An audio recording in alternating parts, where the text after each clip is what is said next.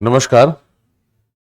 हम लोग बीपीएससी 70वीं की मुख्य परीक्षा के लिए जो निबंध का टेस्ट सीरीज है उसका पहला टेस्ट आज हुआ है और बहुत सारे छात्रों की मांग यह थी कि कैसे उस निबंध को लिखा जाना चाहिए था।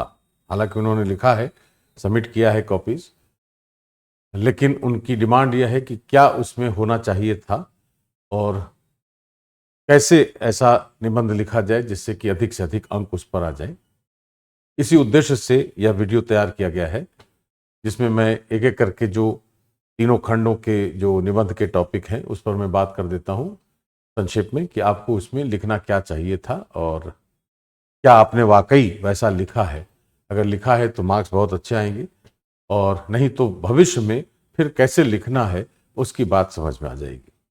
तो हम लोग एक एक करके उस पर बात करते हैं और फिर देखते हैं क्या उसमें कैसे लिखने की आवश्यकता है।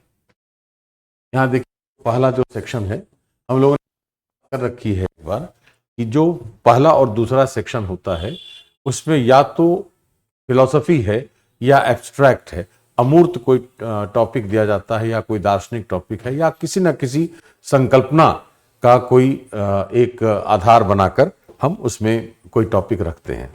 तो वो कभी एक फर्स्ट सेगमेंट में, कभी सेकंड सेगमेंट में।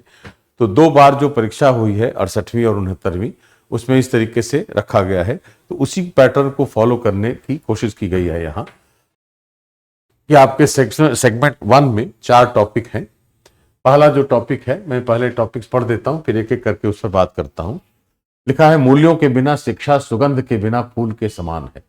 Education without value is like a flower without fragrance.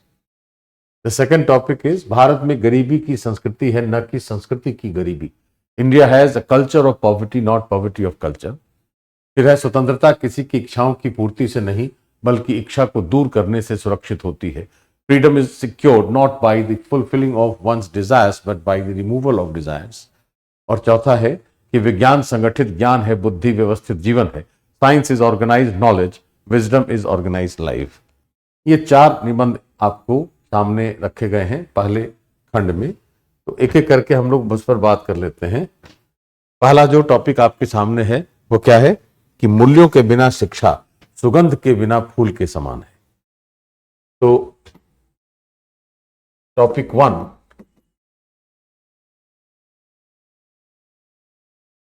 एक तरफ है एजुकेशन विदाउट वैल्यूज।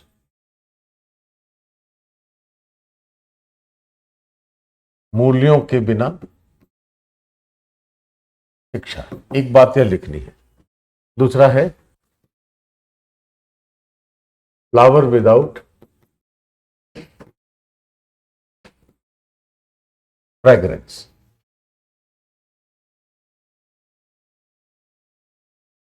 सुगंध के बिना फूल, यही है ना, 2 पार्ट हैं इसके।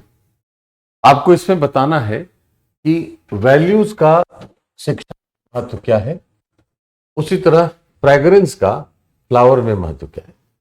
शिक्षा मूल्यों का महत्व शिक्षा में कैसे और सुगंध का महत्व फूल में कैसे। अगर शिक्षा मूल्य आधारित नहीं है तो शिक्षा का लाभ क्या होगा।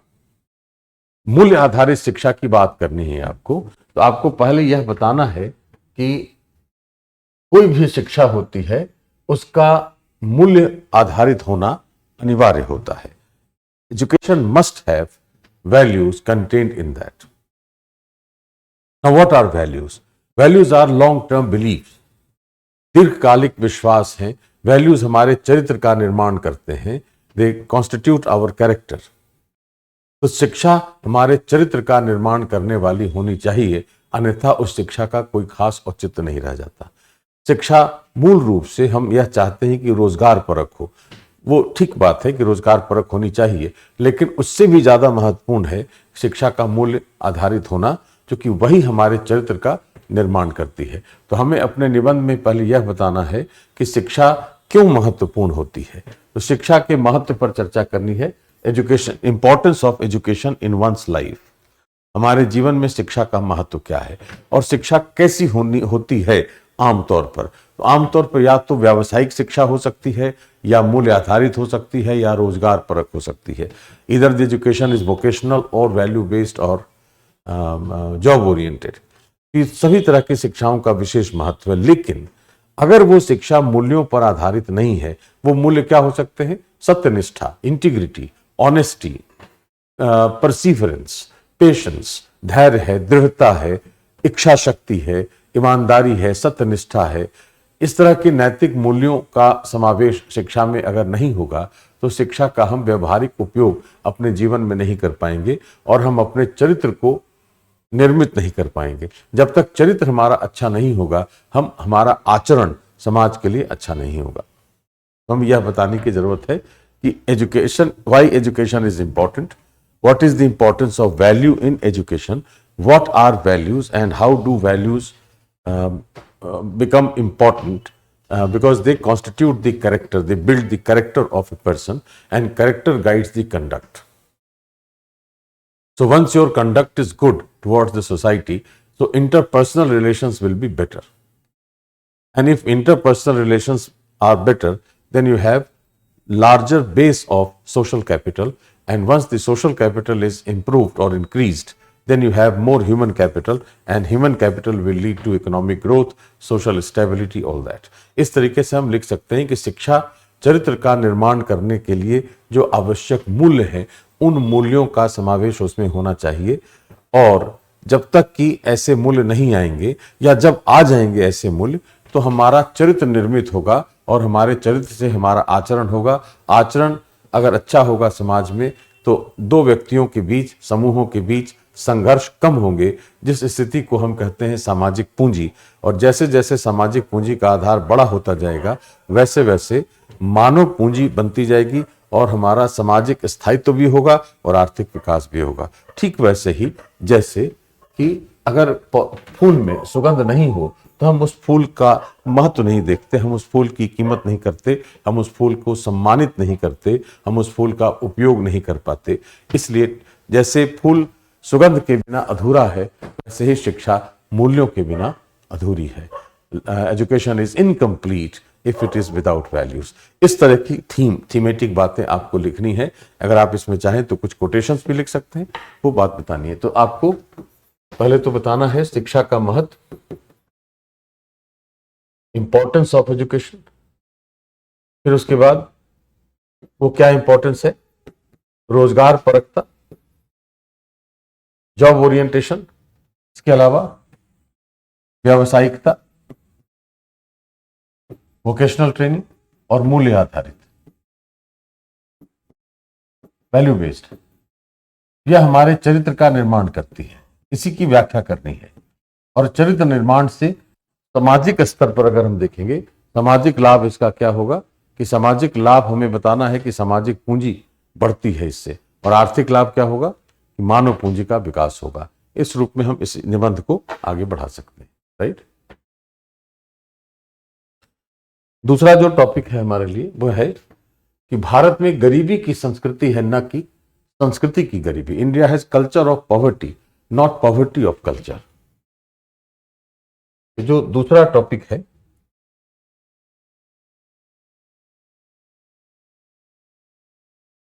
गरीबी की संस्कृति और संस्कृति की गरीबी।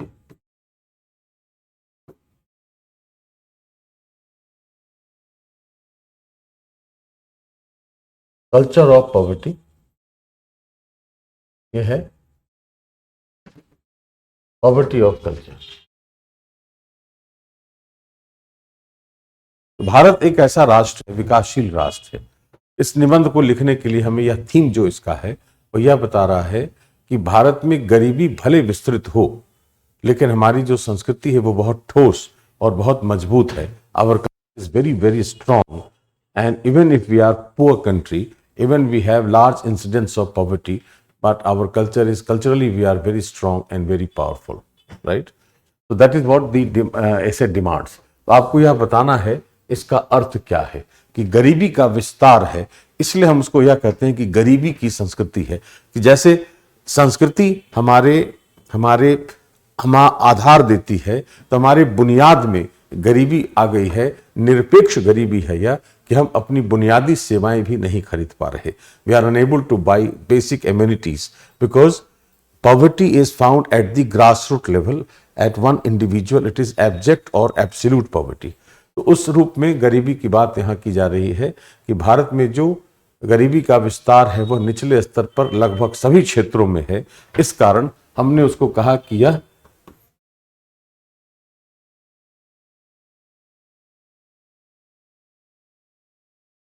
ये संस्कृति में शामिल हो जा रही है कि गरीबी इतनी विस्तृत हो गई, इतनी बढ़ गई है कि वह एज गुड एज संस्कृति के बराबर हो गई। लग रहा है कि वही हमारा आधार है, वही हमारी बुनियाद है। लेकिन भारत की जो विविधताएं हैं, भारत की जो समेकित सामाजिक संस्कृति है, वह बहुत ही महत्वपूर्ण है और बहुत एकीकृत है और हमारे लिए गर्व की बात है। वो कैसे? अब हमें इसमें यह बताना है कि पॉवर्टी के कारण क्या है, क्यों ऐसा है, राइट? इसके परिणाम क्या है, और यहां बताना है कि संस्कृति का महत्व क्या है किसी राष्ट्र के लिए। Why is culture important for a nation. दूसरा यह बताना है कि सांस्कृतिक विशेषताएं क्या हैं, what are the features, like diversity है, विविधता है, सबसे इंपॉर्टेंट एकता है, यूनिटी इन डाइवर्सिटी है ना।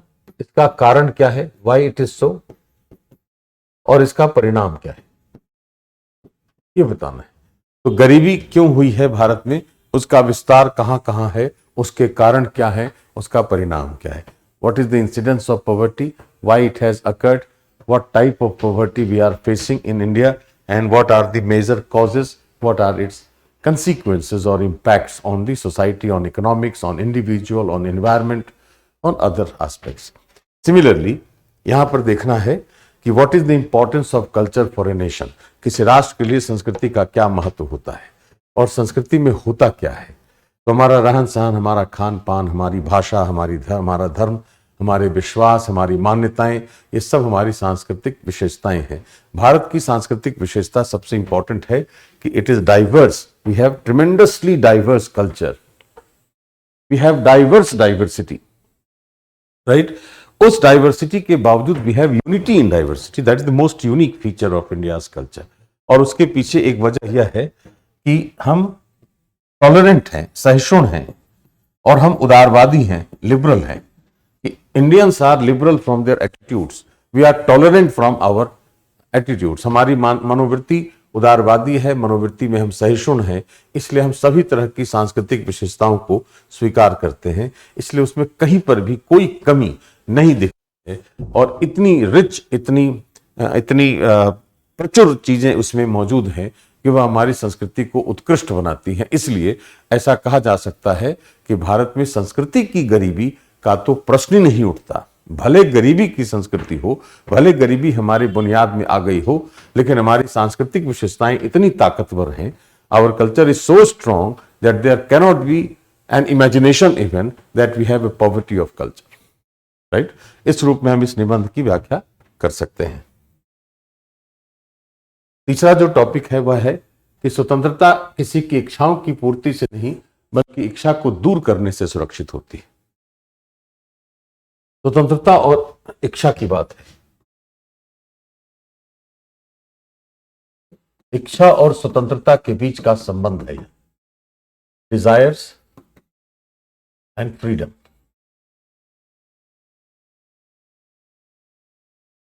इच्छाएं अनंत हैं, ये हम जानते हैं। Desires are innumerable, we do not have any control over our desires. Desires are not wants, हमारी आवश्यकताएं नहीं है, हमारी परिकल्पना भी हो सकती है। तो हमें बताना है पहले कि इच्छाएं होती क्या हैं और इच्छाएं क्यों जागृत होती हैं। क्योंकि हमें हर चीज चाहिए, हर सुविधा प्राप्त करने की इच्छा है, भले हमारी क्षमता हो या अथवा नहीं हो। Even if I am not capable of, I would try और I would desire that I should have this.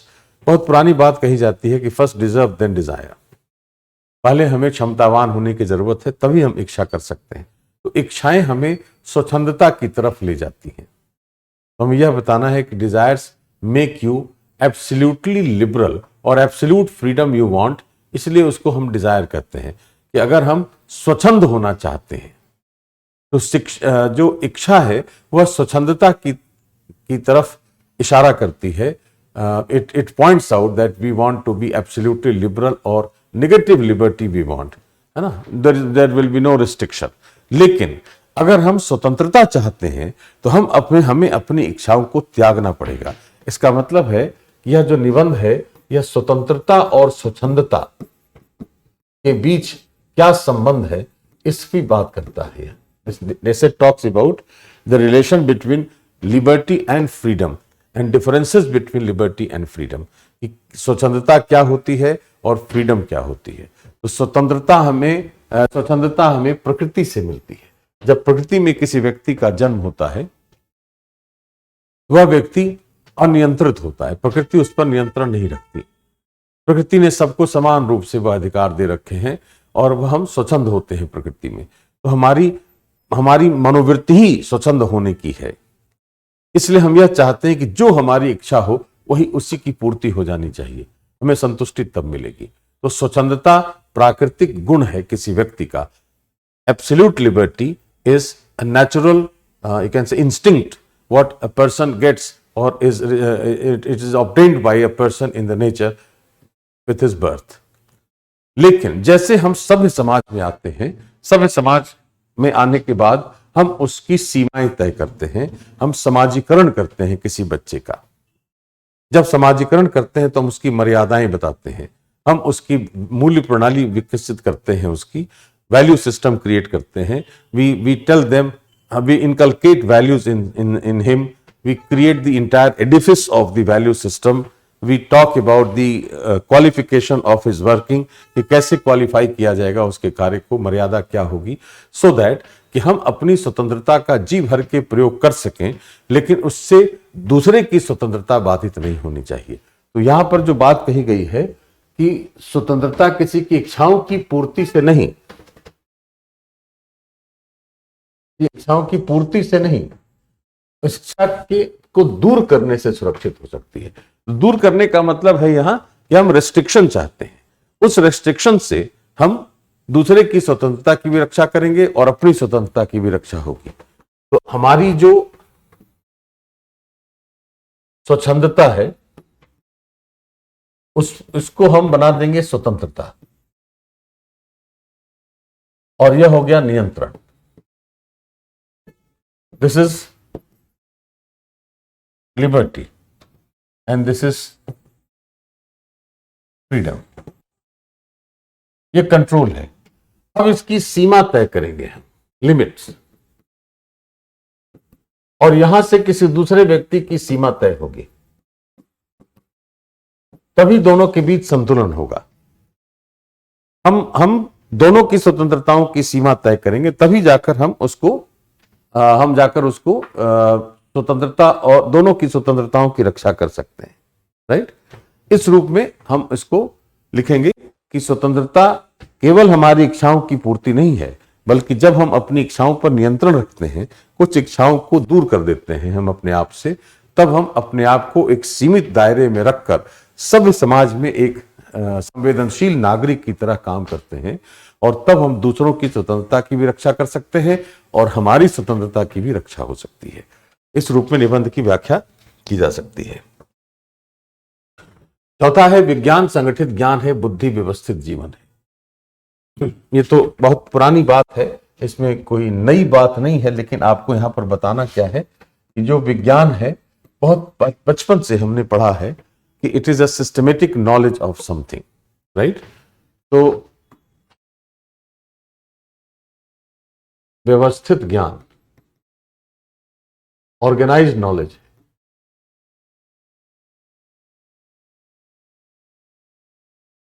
वो कैसे कि सबसे पहले हम ऑब्जर्व करते हैं साइंस में, ऑब्जर्वेशन। दूसरा कंपैरिजन। तीसरा एक्सपेरिमेंटेशन और चौथा कंक्लूजन। हिंदी में इसको लिखेंगे अवलोकन। यह है तुलना, यह है प्रयोग और यह है निष्कर्ष। कि किसी भी वस्तु, पदार्थ, व्यक्ति, घटना, किसी का भी वैज्ञानिक अध्ययन करना हो तो विज्ञान हमें संगठित रूप से ज्ञान देता है। जो तथ्य हमारे पास है, जो घटना हुई, जो व्यक्ति है, जो संकल्पना है, जो भी चीजें हमारे सामने हैं जिसका वैज्ञानिक अध्ययन करना है, तो सबसे पहली चीज है कि हम उसको ऑब्जर्व करेंगे। Keen observation is the first step of scientific study और to get the organised knowledge. तो this is what science tells us. Science हमें यह बताता है रैशनैलिटी के साथ, विवेकपूर्ण तरीके से, कि हम किसी चीज का अवलोकन कर रहे हैं, वी आर ऑब्जर्विंग समथिंग। उसके बाद हम उसकी तुलना करते हैं। जैसे मान लिया कि इस पेन को हम ऑब्जर्व कर रहे हैं, मार्कर को। ये मार्कर है, ब्लैक कलर का है, इसकी लंबाई ऐसी, it is cylindrical, here it is pin pointed. अब हम इसको तुलना करेंगे कि क्या कोई और वस्तु ऐसी हो सकती है, उसमें क्या विशेषता, इसमें क्या विशेषता, उसमें क्या कमी, इसमें क्या कमी। यह हम तुलनात्मक अध्ययन करेंगे। कॉम्पैरेटिव स्टडी अगला चरण होता है। उसके बाद मान लिया किसी और चीज को देखा हमने कि उसमें ये जो स्पाइनी पॉइंट है ये और पॉइंटेड हो सकता है और इसमें थोड़ा सा पॉइंट कम है, इसका शार्पनेस कम है, लेकिन अगर बहुत शार्प करेंगे तो टूटने का खतरा होगा। यह एक्सपेरिमेंटेशन है। दिस इज व्हाट वी से। प्रयोग कर रहेंगे हम उसमें खुद से ही अपने मस्तिष्क में, विचारों में उसका प्रयोग करके, और तब हम फाइनल निष्कर्ष पर आएंगे कि व्हाट एग्जैक्टली इज दिस। इसको कहा जाता है organised knowledge. This is what science gives us. अब इस ऑर्गेनाइज्ड नॉलेज का जब हम उपयोग करेंगे तो यह होता है विजडम, कि हम कैसे किसी चीज का समाज के अध्ययन में कैसे उपयोग, व्यक्ति की समझ विकसित करने में कैसे, अर्थव्यवस्था की समस्याओं का समाधान करने में कैसे, राजनीति की समझ विकसित करने में कैसे, प्रकृति के प्रति अपनी संवेदनशीलता बढ़ाने में कैसे, पर्यावरण की रक्षा करने में कैसे। हम इस तरीके से अलग अलग क्षेत्रों में जब हम इस ऑर्गेनाइज्ड ज्ञान का, ऑर्गेनाइज्ड नॉलेज का प्रयोग करेंगे तो विजडम हमें जीवन की एक नई शैली देगी कि हम किस जगह सही, कहां गलत, विवेकशील तरीके से हम निर्णय ले पाएंगे। और उसी विवेकपूर्ण निर्णयन के कारण हमारा जो एडजस्टमेंट है, हमारा जो समायोजन है, वो समाज, अर्थव्यवस्था, राजनीति, प्रकृति सबके साथ होगा। And the person's life will be well organised. Person's life will be well organized, well adjusted with the society, with economics, with politics, with environment, with nature. And that way, we can say that science gives us organized knowledge, and wisdom is, which is the actual application of science or organized knowledge, will make your life well organized. हमारे जीवन को बेहतर बना पाएगा। इस रूप में इसकी व्याख्या कर रहे हैं हम। अगला जो सेगमेंट है इसमें वही है कि शिक्षा केवल स्मरण शक्ति का प्रतिबिंबन नहीं है। अभी जो हम लोग बात कर रहे थे शुरुआती दौर में कि मूल्यों के बिना शिक्षा सुगंध के बिना फूल के समान है, वहीं से डिराइव हो जाएगा इसका निबंध भी, कि शिक्षा केवल स्मरण शक्ति का प्रतिबिंबन नहीं करती। वह क्या बताना चाहती है? वह मूल्य देना चाहती है, वह चरित्र का निर्माण करना चाहती है।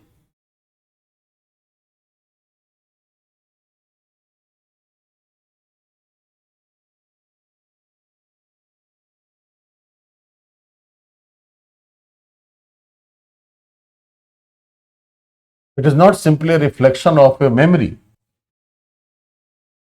नहीं है। यह हमारे मूल्य का ढांचा है। यह हमें हमारे व्यक्तित्व का विकास कराती है। यह हमारे मस्तिष्क, हमारी वैचारिक क्षमता बढ़ाती है।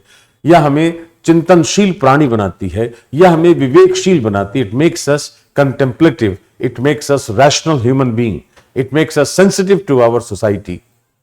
It is not simply reflection of memorising the things. यह हमारे चरित्र का निर्माण करती है, हमारे अंदर मूल्यों का विकास करती है। और जब चरित्र का निर्माण हो जाता है तब हम अपने आचरण को निर्देशित करते हैं इससे, और उस आचरण के निर्देशन के बाद हम यह देखते हैं कि हमारा संबंध समाज में कैसे विकसित हो रहा है। तो शिक्षा जब तक मूल्य आधारित नहीं होती, या शिक्षा जब तक व्यावसायिकता नहीं विकसित करती, शिक्षा जब तक उद्यमिता का विकास नहीं करती, तब तक शिक्षा हमारी अधूरी होगी और केवल हमें बहुत सारी चीजें हमारी स्मृति में हैं, केवल वही शिक्षा नहीं है, वो बल्कि संग्रहित सूचना कहते हैं उसको। It is not called education, it is called stored information. Stored information is not education. Education is your sensitivity, your rationality. हमारे विवेकशीलता पर, हमारी तार्किकता पर निर्भर करती है, हमारे चरित्र निर्माण के लिए अनिवार्य है वह, और उसी चरित्र के आधार पर हम अपने आचरण करते हैं और हमारे समाज में, अर्थव्यवस्था में हमारा विकास होता है। इस रूप में उसकी व्याख्या तो पहले निबंध से ही इसको डिराइव कर सकते हैं बहुत आसानी से, राइट। दूसरा है परंपरा प्रगति की नींव है। आमतौर पर हमें यह ऐसा लगता है कि प्रगति मतलब आधुनिकता।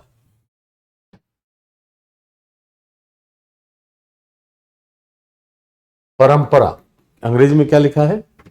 Tradition is a foundation of progress. यह ट्रेडिशन है, पीढ़ी दर पीढ़ी, generation after generation it is moving, और यह प्रोग्रेस है। तो पुरानी चीजों से हटना प्रगति का अर्थ होता है, हमें ऐसा लगता है। तो यह मानकर चलते हैं कि सामान्यतः ऐसा प्रतीत होता है कि परंपरा को तोड़ने से प्रगति होती है, ऐसी मान्यता है।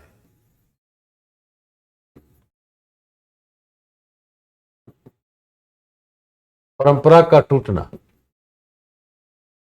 प्रगति है, लेकिन यह गलत है, ऐसा है नहीं। परंपराओं के साथ प्रगति होती है, वही उसकी नींव है। क्यों? कि जब हम पीढ़ी दर पीढ़ी किसी चीज को देख रहे हैं, when we are seeing something coming from generations to generation, तो that gives us the foundation, that gives us the basis of what we are doing. हम आगे क्या करना चाहते हैं, हम उसमें कैसे सुधार लाना चाहते हैं, तो हमें पहले मूल ढांचे की जरूरत पड़ती है। तो परंपरा हमारे समाज की, हमारी सांस्कृतिक विरासत की, हमारे व्यक्तित्व के मूल ढांचे का निर्माण करती है। It forms the sub structure of the society, of culture, of individuals personality. वह सब स्ट्रक्चर जब बनकर आ जाएगा सामने, तभी हम उस पर सुपर स्ट्रक्चर क्रिएट कर सकते हैं। एक बात बहुत पुरानी कही जाती है कि कोई फूल तभी तक सुंदर लगता है जब तक वह पौधे की शाख से जुड़ा हो। जब हम फूल को तोड़ देंगे उसमें से, once you pluck the flower, it will lose its beauty and charm. A flower is charming till it is attached to the plant or the branch of the plant. That's the same thing, is that your progress is successful, your progress is well received only when it is attached with your founded on tradition. Traditions do not mean that you are conservative. परंपराओं का अर्थ रूढ़िवादी होना नहीं होता। परंपराओं का अर्थ हमें उन प्रवृत्तियों की समझ दिलाना होता है कि हमने कैसे कैसे कालांतर में हमने प्रगति की है, कैसे कैसे कालांतर में हमने नई चीजें सीखी हैं। ओवर द पीरियड हमने कैसे, how did we learn so many changing trends, that gives us the ability to understand the changing trends. बदलने वाली प्रवृत्तियों की समझ विकसित कराती है परंपराएं। इसलिए उनको तोड़कर आगे बढ़ना वह किसी भी कीमत पर प्रगति नहीं हो सकती, वह बल्कि डेंजरस है कि हमारी जड़ें समाप्त हो जाएंगी। We will uproot our self and we will not even progress further. हम उसकी प्रगति नहीं कर सकेंगे। इसलिए परंपराओं को तोड़ना प्रगति का कारक नहीं हो सकता। परंपराओं पर आधारित होकर ही, अगर हम एपीजे को कोट करें यहां, तो एपीजे ने एक बहुत अच्छी बात कही कि राष्ट्र विकास 3 लेटर्स पर डिपेंड करता है, एबीसी। सामान्यतः हम कहते हैं कि what is the ABC of something, मतलब व्हाट इज बुनियादी क्या है उसका। तो एपीजे अब्दुल कलाम ने कहा कि ए इज एक्सेलरेटिंग इकोनॉमिक ग्रोथ। किसी भी राष्ट्र का विकास, एबीसी उसके लिए अनिवार्य है। वो क्या है? कि एक्सेलरेटिंग इकोनॉमिक ग्रोथ, आर्थिक समृद्धि को त्वरित करना। दूसरा है bringing people above poverty line, जो गरीबी रेखा के नीचे लोग हैं उनको गरीबी रेखा से ऊपर लाना है। और यहां कहा जा रहा है कल्चरल प्रोटेक्शन, सांस्कृतिक संरक्षण करना है। संस्कृति का संरक्षण अगर नहीं करेंगे, अगर परंपराओं पर बात नहीं करेंगे, तो हम बदलती हुई प्रवृत्तियों की समझ विकसित नहीं कर सकते, और ऐसी स्थिति में हम प्रगति के कारक नहीं बन सकते। इस रूप में हम उसको आसानी से लिख सकते हैं, राइट। इसके बाद है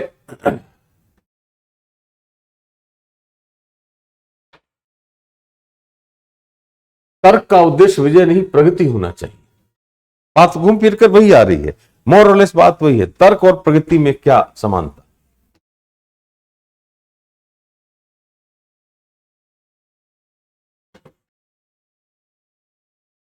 तर्क को क्या कह रहे हैं? आर्गुमेंट। और उधर क्या है? प्रगति। ये आर्गुमेंट है, ये प्रोग्रेस है।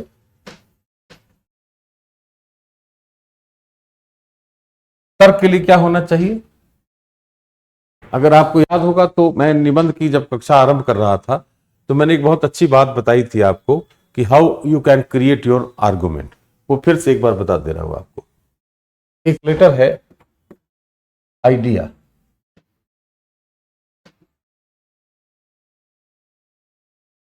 दिस इज इंफॉर्मेशन, सूचना। ये है डिस्क्रिप्शन, विवरण। ये है एक्सप्लेनेशन, सॉरी एक्सप्रेशन।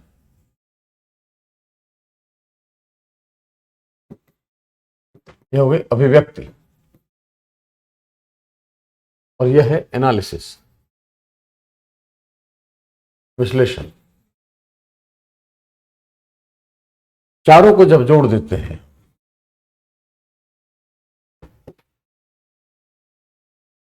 तो बन जाता है तर्क।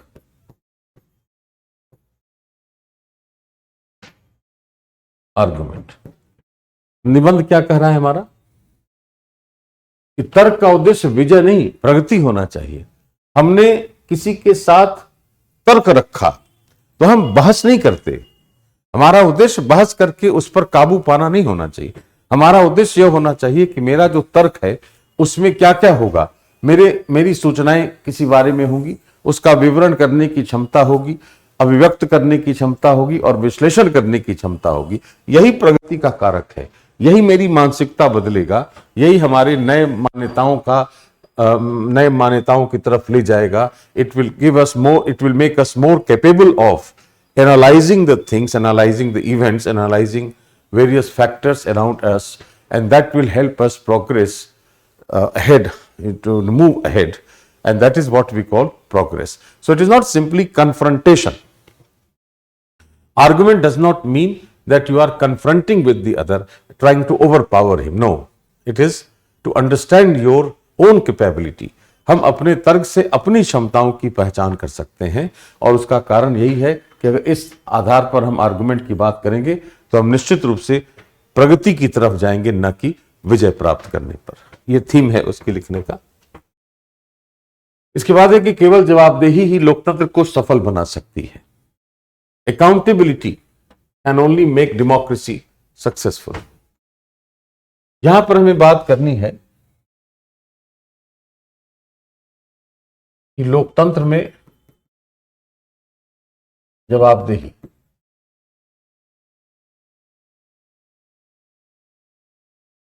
Accountability in democracy, right. Democratisation एक प्रोसेस है जो 3 चरणों में कवर होता है। पहले को कहते हैं लिबरेशन, उदारीकरण या स्वतंत्रता, कि जो सत्तावादी शासन है, अथॉरिटेरियन जो रूल है, उससे अलग हटना है, हमें उसकी समाप्ति करनी है।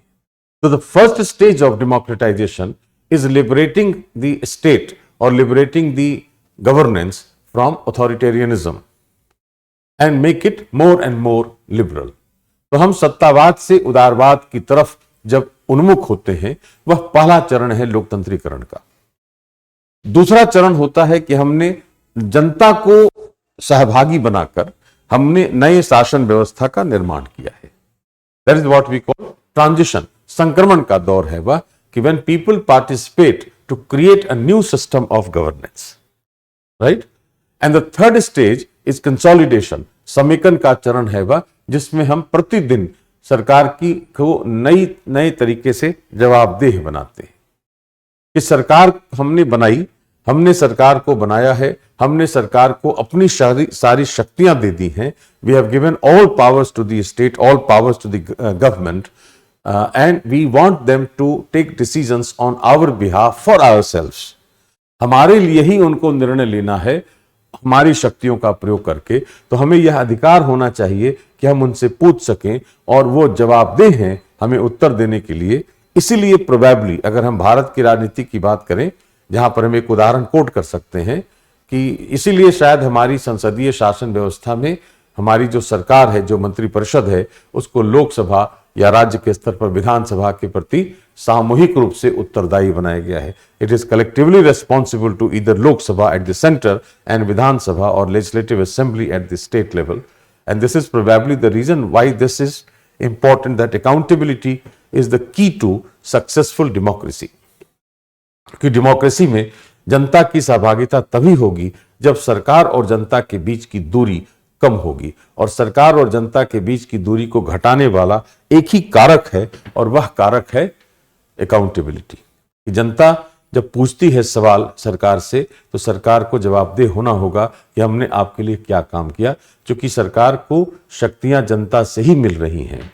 द पावर्स कम फ्रॉम और flow from the people of that country, and with that power the government makes policies and take steps for the welfare of the people, for solving the problems of the people। तभी वो जवाबदेही बनी रहेगी और तभी जनता की सहभागिता शासन में बनी रहेगी, तभी लोकतंत्र सफल हो सकता है। इसलिए यह कहा गया है कि accountability is the key, it is the key to successful democracy, right. Without इसके हम काम नहीं कर सकते। अब इसके बाद जो यूनिक जो फीचर है इसमें वह है तीसरा जो खंड है, जो बिहार की लोकोक्तियों पर है, उस पर बात करते हैं हम लोग। यहां लिखा है कि काट के हड़िया चढ़े न दूजो बार। इसको हमने कहा है लिप्यांतरण, ट्रांसलिटरेशन है यह, इट इज नॉट ट्रांसलेशन। काट के हड़िया चढ़े न दूजो बार, हमने केवल रोमन में बात लिखी है। अब इसका जब हम लोग निबंध पढ़ते हैं इसमें लोकोक्ति में, जो आप कक्षाएं कर रहे हैं लोकोक्ति वाले निबंध की, उसमें हम लोग बात करते हैं कि इसका शब्दार्थ क्या है, इसका भावार्थ क्या है। तो सबसे पहले इसका शब्दार्थ लिखना है आपको। काट के हड़िया चढ़े न दूजो बार, आपको इसकी शब्दार्थ की व्याख्या करनी है। सबसे पहले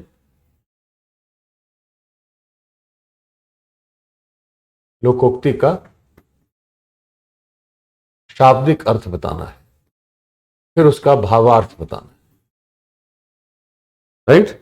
कि काट की जो लकड़ी का जो बर्तन है वह अगर आग पर चढ़ाएंगे तो एक ही बार चढ़ सकता है, इसका मतलब कि दोबारा जल जाएगा। इसका अर्थ है कि किसी व्यक्ति को बेवकूफ एक ही बार बना सकते हैं, है ना। तो हम बार बार उसको एक्सप्लॉइट नहीं कर सकते, किसी का शोषण हम एक बार ही कर सकते हैं। तो यह शोषण की तरफ इशारा करने वाली लोकोक्ति है, शोषण का कारण बताती है और कैसे समाप्त हो सकता है इसकी बात करती है। कि अगर हम शोषण करेंगे किसी का तो एक ही बार कर सकते हैं, इसका मतलब कि शोषण धारणीय नहीं होता, अतः व्यक्ति को शोषण नहीं करना चाहिए। यह हमारे नैतिक मूल्यों की तरफ भी इशारा करती है। तो अगर हम 700-800 वर्ड लिखना है लोकोक्ति पर, तो आपको सबसे पहले क्या करना होगा कि एक एक शब्द की व्याख्या करनी होगी। कि काट का मतलब क्या, हड़िया का मतलब क्या, चढ़ने का मतलब क्या, दूजो का मतलब क्या, है ना। तो कहां पर चढ़ना है, तो आग के ऊपर चढ़ा जाएगा। अगर हड़िया का मतलब होता है कड़ाही, कड़ाही जैसे मान लिया बर्तन है जिसमें कोई चीज पका रहे हैं हम, तो वह लकड़ी की का बर्तन है तो एक ही बार चढ़ेगा। अर्थात शोषण एक ही बार हो सकता है, शोषण धारणीय नहीं होता, इसलिए हमें व्यक्ति को शोषण नहीं करना चाहिए।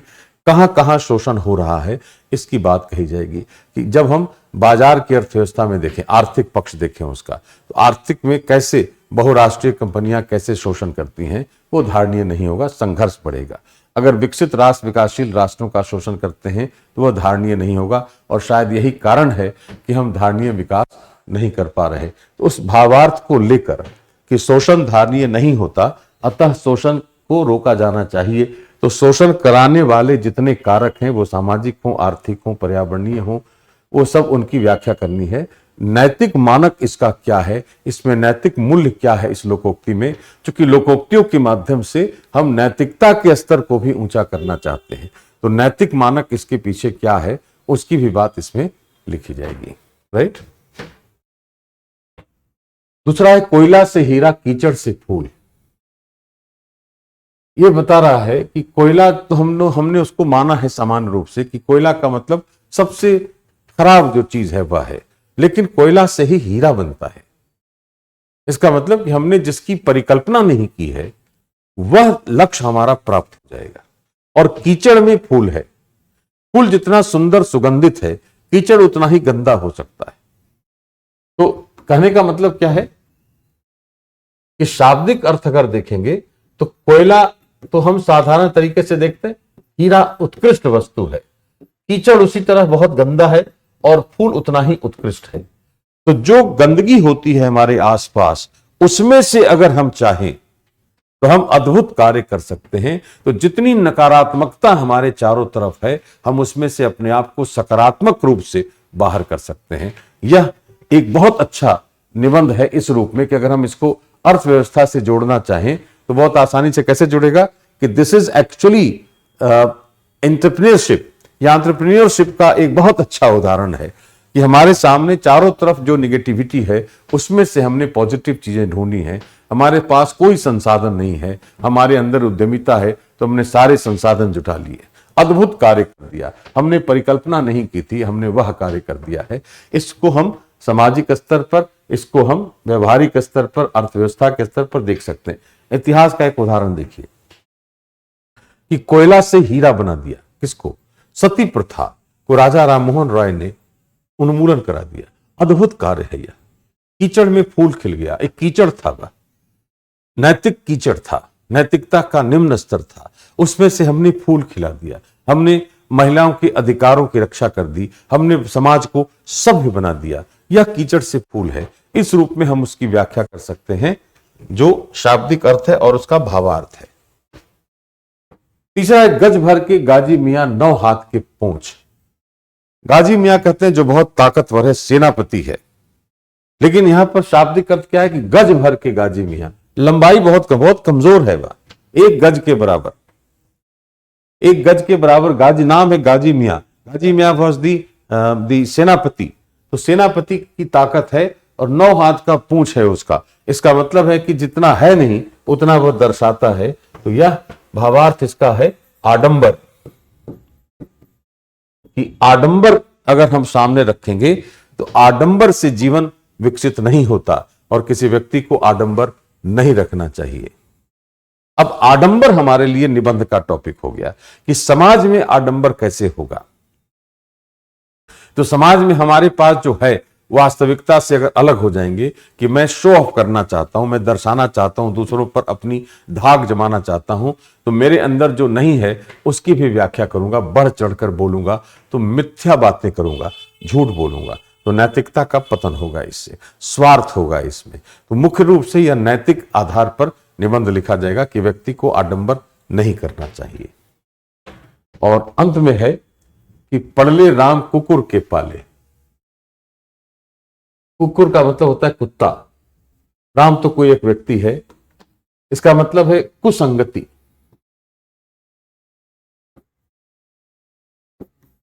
बैड जो हमारे पास फ्रेंडशिप है, जो हमारा संबंध है वो गलत लोगों के साथ है, तो हमारे व्यक्तित्व को खराब करेगा। वह बहुत मुश्किल होती है एक ऐसे व्यक्ति को कि उस गलत चीज में भी अच्छा बना रहे। It is a very difficult task.